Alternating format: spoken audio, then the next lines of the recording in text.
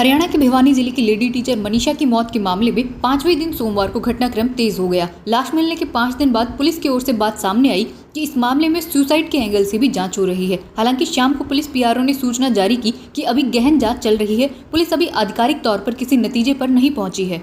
बताया जा रहा है कि पुलिस की जांच में सामने आया कि 11 अगस्त को जिस दिन मनीषा लापता हुई उस दिन उसने कीटनाशक खरीदा था। दुकानदार ने अपनी बिक्री रिकॉर्ड में इसकी एंट्री भी की। पुलिस ने दुकानदार से पूछताछ की है। इसी बीच एक पन्ने का सुसाइड नोट भी वायरल हो रहा है। इस पर कहीं मनीषा का नाम या साइन नहीं है। ऊपर कोने में 11 अगस्त की तारीख लिखी है। सुसाइड नोट में रोमन में लिखा है, हालांकि हरियाणवी लहजा है। वहीं भिवानी एसपी सुमित कुमार ने इस बात की पुष्टि की है कि कॉपी के पन्ने पर लिखा एक सुसाइड नोट सामने आया है।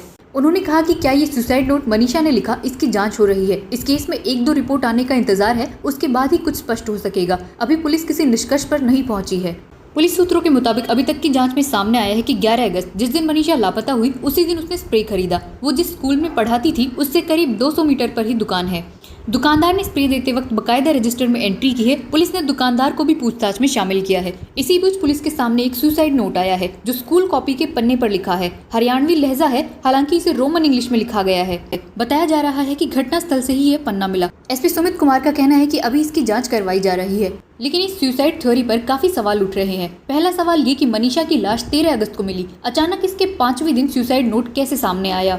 दूसरा सवाल ये कि जिसे सुसाइड नोट बताया जा रहा है वो फोटो कॉपी लग रही है, ओरिजिनल सुसाइड नोट कहाँ है।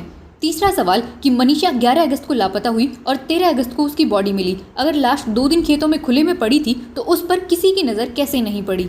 चौथा सवाल, बॉडी की गर्दन पर गहरे जख्म के निशान है, ये निशान कहाँ से आए। पांचवा सवाल, इस केस में एसपी का ट्रांसफर हुआ और पुलिस वाले सस्पेंड हुए। अगर सुसाइड था तो पुलिस ने पहले ये स्पष्ट क्यों नहीं किया। छठवां सवाल, ये मामला 4 दिन से राजनीतिक रंग लेता जा रहा है। विपक्ष के कई नेता धरने पर पहुंचे, तब पुलिस ने स्थिति स्पष्ट क्यों नहीं की।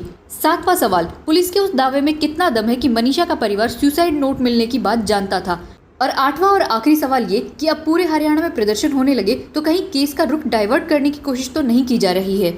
मनीषा की गर्दन पर धारदार हथियार के निशान है या जानवर के काटने के, ये जांच का महत्वपूर्ण सवाल है। पुलिस सूत्रों के मुताबिक लाश के मुंह व गर्दन के पास से लार के सैंपल लिए गए हैं ताकि पता चल सके कि क्या किसी जानवर ने शव को नुकसान पहुंचाया है।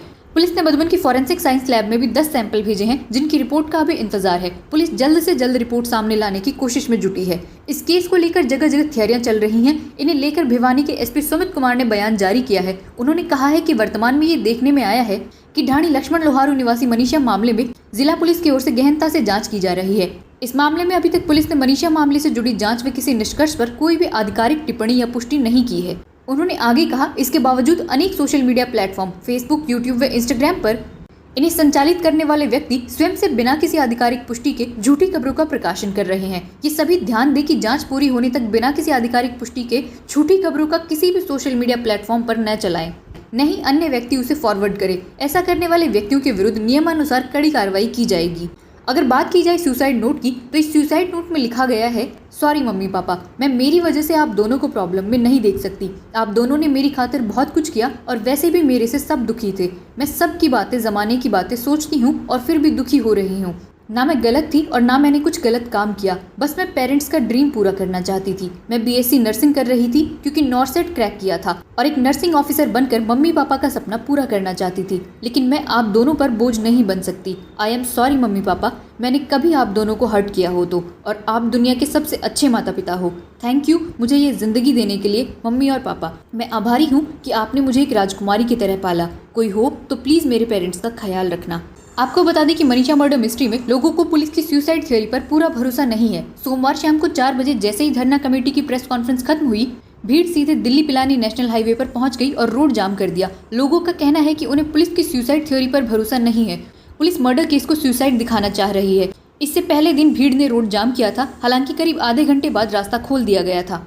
आक्रोशित भीड़ का एक ही सवाल है कि पुलिस अब सुसाइड नोट सामने आने की बात कह रही है। यदि सुसाइड नोट मनीषा के शव के पास मिला था तो पुलिस ने इसे अब तक छिपाया क्यों। इससे पुलिस की मंशा पर सवाल खड़े हो रहे हैं।